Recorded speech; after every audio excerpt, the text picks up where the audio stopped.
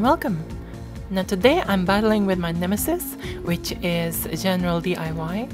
I created something for my room, which will be for my creative space setup and retro corner.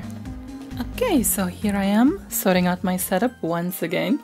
And it doesn't actually feel that long ago that I was, sorting the setup out. But I'm not completely changing it today. Today is just kind of like an update.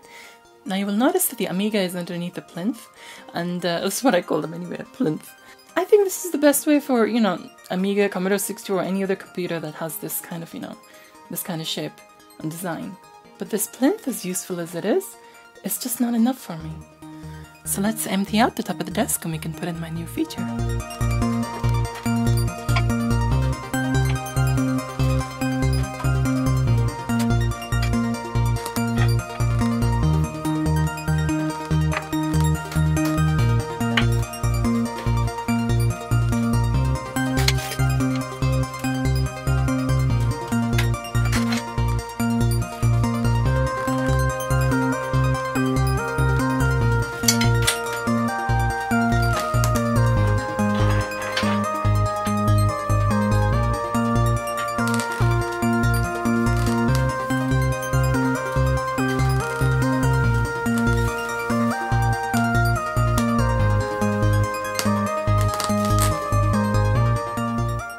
Now this is what you call a big-ass freaking plinth.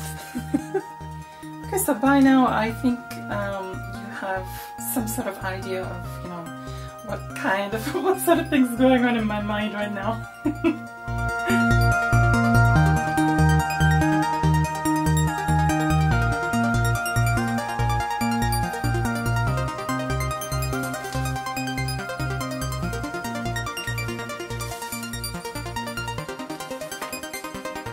Now before we continue, I'm going to let you know that I've been sent something mysterious in the mail. And yes, it is related to, what we're doing today. It's going to be a part of my setup, a big part of my setup. It's something big, well, not something big, but it's something major. And no, it's not a little polar bear cub. So yeah, do stick around and find out what this could be. Okay, so I'm gonna show you how I set this up again, because it's kind of an update. I slightly changed things around, especially with regards to the audio side. And not only that, I have, this bandage now, which kind of changed everything. I had that nasty one before. And when I bought this and I showed the update video, which, all the related videos are gonna be in the description below, I didn't show exactly how I set this up. I thought to just kind of, share it with you rather than just like, do it and leave you in limbo if you're kind of wanting any ideas. So anyway, let's start with the video first and then we'll deal with the audio afterwards, because I've kind of got a bit of a complicated system going. Okay, I do get asked a lot, how do I get my Amiga and Commodore 64 and record them, or view them on the monitor? What do I use? I still get asked a lot. I covered it in the last retro computing setup, but here it is again. I use one of these. Okay, now one thing I gotta mention is that this is a Flylink HD upscaler. Now, there is another one going around which I think is like a clone or a copy or something of this. And it is not as good. People have reported these being faulty and laggy and, goodness knows what. This one, I never had the problem, neither have others I know who've used it. So make sure, if you're gonna buy this, make sure to get the Flylink one. Now for the price range, I think this is still the best. I still stand by this. I do not see much lag. If I saw lag in this, it would seriously, annoy me, because I notice things like that. There's gonna be a little lag compared to, the more like a FrameMeister or OSSC or something like this. Actually, I'm trying to save up for the OSSC because I want to get that. It's the open source one. And I want to upgrade to this, but for now I'm very happy using this. Actually, a good video to watch if you're looking for one of these is the comparison video from for few devices done by Modern Vintage Gamer. I highly recommend that video. He actually goes through this one itself. He goes through the FrameMeister and a couple of others as well, the OSSC, including the OSSC, which is the one which I want. He shows you in a lot of technical detail, which one is good, what is better, and how they compare with each other. And I think it's a fantastic video, and I really think that if you're interested in this, that is a must watch. Now for my setup, since I'm using a bandage which is not active, it is actually a passive one, I will link the video. The best thing you can do is, actually I think it's required, is get very good Scart cables, and especially the output where it says, you know, you connect the output to the upscaler, right? Get the shortest and most highest quality Scart cable, you know, you can. I have noticed significant, you know, picture quality improvement. You're already getting signal degradation from connecting, you know, the leads from here to there. You know, since it's a passive one, it's not, you know, re-amplifying it again. It's a must to use, you know, really good quality Scart cables. Okay, so this is how I'm going to do this. I have my Scart switch box here, and I have my upscaler here. Now the upscaler, the output of the upscaler is going to go into my monitor. Now this Scart on the upscaler is the input, where it says to TV. You connect that. Pretend this is your CRT TV. Just pretend it's your CRT TV. Just a magical one that converts it to HDMI instead. And the shorter this cable, the better. My 1200, my beauty will go into AV1 because it's #1. Okay, so AV2 here, which is this one, it's going to be that special something, you know, that polar bear cub in the box. It's going to be that. So I'll leave that, you know, for when I set that up and I show you. Now AV3 here is going to be my Commodore 64. Okay, those of you who have been my longtime subscribers will know that, you know, I've done a stereo SID mod for my Commodore 64, and this means that there is sound coming from the video out as well as, you know, these two. So I don't want that to mix. That basically goes through the TV, the HDMI, and that gets captured by the Elgato capture device. Now this, I want this to be captured by the Elgato capture device. There's no way to actually mix that unless I'm using an external mixer and rerouting this, you know, the sound freaking elsewhere. Which is why, you know, things have been complicated with regards to sound for a while. So the solution to this is another freaking mod. Not on the Commodore 64 this time, but on this thing here.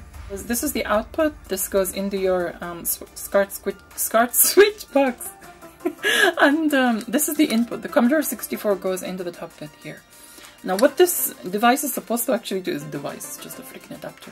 What it's supposed to do is the sound goes through as normal, but this taps the sound, so it's like it's going through, but it's also coming out here, so you can get higher quality audio by any, you know, any device you have. So that's what this is originally meant for. But I did a mod on this thing. Now the input audio here is actually cut. It doesn't go anywhere. So the internal SID is just going to be 6581, just the mono one. That cannot get into it. Now instead, this thing, instead of becoming output, I've rewired it so that it's an input. So it goes, sound goes in here and into the Scart switcher. So I can connect my stereo SID to this, and it all goes into this, you know, it joins the sound and the thingy, if you want to call it that, if you want to see it that way, into the Scart switcher. So that's what I did. I modded this thing. Okay, so back to the video side of things. Now AV2, as I said, reserved for polar bear cub. So AV3 is going to be the Commodore 64. Okay, so all that explanation was so you don't get confused when I insert this thing in here. You'll be like, what the frick is she inserting this thing for? So that is for the audio, to join the stereo SID audio into the actual switch box itself through the video. So let's kind of connect an RCA there. So now AV4, which is underneath this freaking thing, let's just take it out temporarily. AV4 is gonna be my Amiga 500. Let's put this back here now. Now AV5 underneath here is reserved, and that is reserved for my wonderful PlayStation. This is the original one which I had from back in the day. I still kept it. But yeah, wonderful memories on this, and this needs a restoration in itself. Okay, so now we turn this thing around. Now this thing here is joined on the AV1, and of course you cannot do it at the same time. What I'm going to use this for is my Atari 2600, which is very happily snuggled with my Amiga 500 and my Commodore 64 in my gorgeous retro corner. Now from the Atari 2600, all there is a audio and a video. So it's just mono audio and a video. Now I can easily just, you know, put the video in the yellow composite and the audio in that, or in the white one. It'll just come out of one side of the ear. So it's just like, you know, literally mono. Now what I've decided to do for the audio is get a splitter. I already have this splitter, and so I only have these, so I've just made do with what I have. Okay, another update I might as well just include in this video is I got an adapter. So this freaking monstrosity, obviously I couldn't leave it like this because it's ridiculous. Just time being. So I ended up getting this for it. So all this freaking this is just this adapter. So it's just, you put that in there. You just, that's it, it's done, sorted. No need for this freaking fluff. Quite a few people have been asking me still, even though I explained it in the last retro one, how I capture my, you know, what device do I use to capture video for nostalgia time. Now just to recap again, this is the upscaler HDMI output. Imagine this connected to my monitor. Now my capture device is an Elgato HD60. Now what I do here is I get my HDMI cable, where it says in, I connect the HDMI cable here. Now this goes to the output of my upscaler here. Connect the USB here, that powers it. As you can see, it's come on now. And now the monitor, your monitor actually goes output to your monitor. This goes to your monitor here. So your video here comes out of the upscaler, goes into the Elgato capture device, and comes out of the USB into the computer recording. And also this is a throughput to your monitor, so that, you know, it comes out to your monitor so you can watch while you record. So every single time I keep having to kind of, you know, take this out and swap it when I'm not, you know, I cannot leave the capture card in all the time. Now the great thing about this band-rich Scart switcher is that it has an audio output. And this can go, you know, from all your devices, the audio from all your devices, depending on which one is switched, not all of them at once, of course, goes into your mixer or your hi-fi or anything like this. So you have the device, so you have the audio going into the actual upscaler as well as the throughput here that is going to go into my hi-fi. Okay, so here I have my Yamaha mixer console. Again, if you want to know more information, I have a video on this and it's in the description below. Now this is the hi-fi stereo out, and behind these are two XLRs, and these are for balanced line output. So this connects to whatever sound device you have, like for example if you have a sound card with XLR inputs, you connect that to this. So in my case I have the Focusrite 2i2 and I will use this to connect to that. However, this goes to the hi-fi and these are microphone in. So my microphones which I use for nostalgia time, they actually go into that. So let's connect the balanced line output. So we have the right channel here, and that goes to the Focusrite Scarlett 2i2, right channel here. Now this I use for if I want to digitize any Amiga mod, as in, you know, make it into a WAV file or anything like this, and, you know, use it on my channel or something like this. I use this to record, or any other thing that's connected to this. Basically a second output going to my computer. And of course, this is the record output, or the stereo output that goes to my hi-fi system. So if I want to, you know, play it through my hi-fi system or record it on the cassette or reel-to-reel or something, I do it through this one. Okay, so my condenser microphones are very happily snuggled behind the monitor now. They have their place, whereas before they didn't. And let's connect them to the Yamaha mixer console, which controls freaking everything. Now, one of these inputs is going to be, what should I make that? Okay, so the band-rich switchbox audio output goes to this back input here on the console. I have to make sure that this volume is down when I'm recording for nostalgia time, because once or twice I've kept this up just a little bit and you can hear echoing because there's a delay between the video, the HDMI audio, and the audio from here, so it's like it sounds like an echo. So now that we have all this back part connected, this actually, hold on, let me connect this part. Now this last input here, it's got nothing to do with the retro setup. Actually, I just keep it spare for anything. If I want to record from anything, like a Walkman or a mini disc recorder or anything like this, because I don't need to mess any longer with these connections at the back now, which is great. You know, so I will hide them, which is one thing I could not do before. So I will just tuck them nicely behind this monitor here. Now that is way more organized and tidy, and when I'm doing nostalgia time, I can just easily, you know, mess around with this and, you know, set it up right at will, rather than having to, I used to have to reach all the way down there before. So yeah, here is perfecto. Now the audio from my Amiga. So let's connect this short RCA socket here. Now this RGB cable has a, you know, has the audio there. As you all know, you have to connect this here. Now of course I'm not going to do that. I'm going to connect more RCAs there because I like to complicate things. So I will put this, now I have my stereo separation device here, don't I?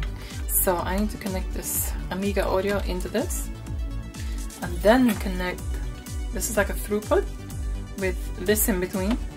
So I can connect here, and I can just like adjust the stereo separation there. Also I have an output here, so if I wish to record this without it going through the switch box and all that, what I can do is just use this output here, this 3.5mm jack output here, and you know that lead which I just connected to that extra input, I can choose to just plug it in here and record whenever I want to record it, so directly from the Amiga. So that is there. And one thing I like about this is that I have made this plinth a bit higher so that the Amiga can be tucked under, because I couldn't tuck it under with this before, it was just too high.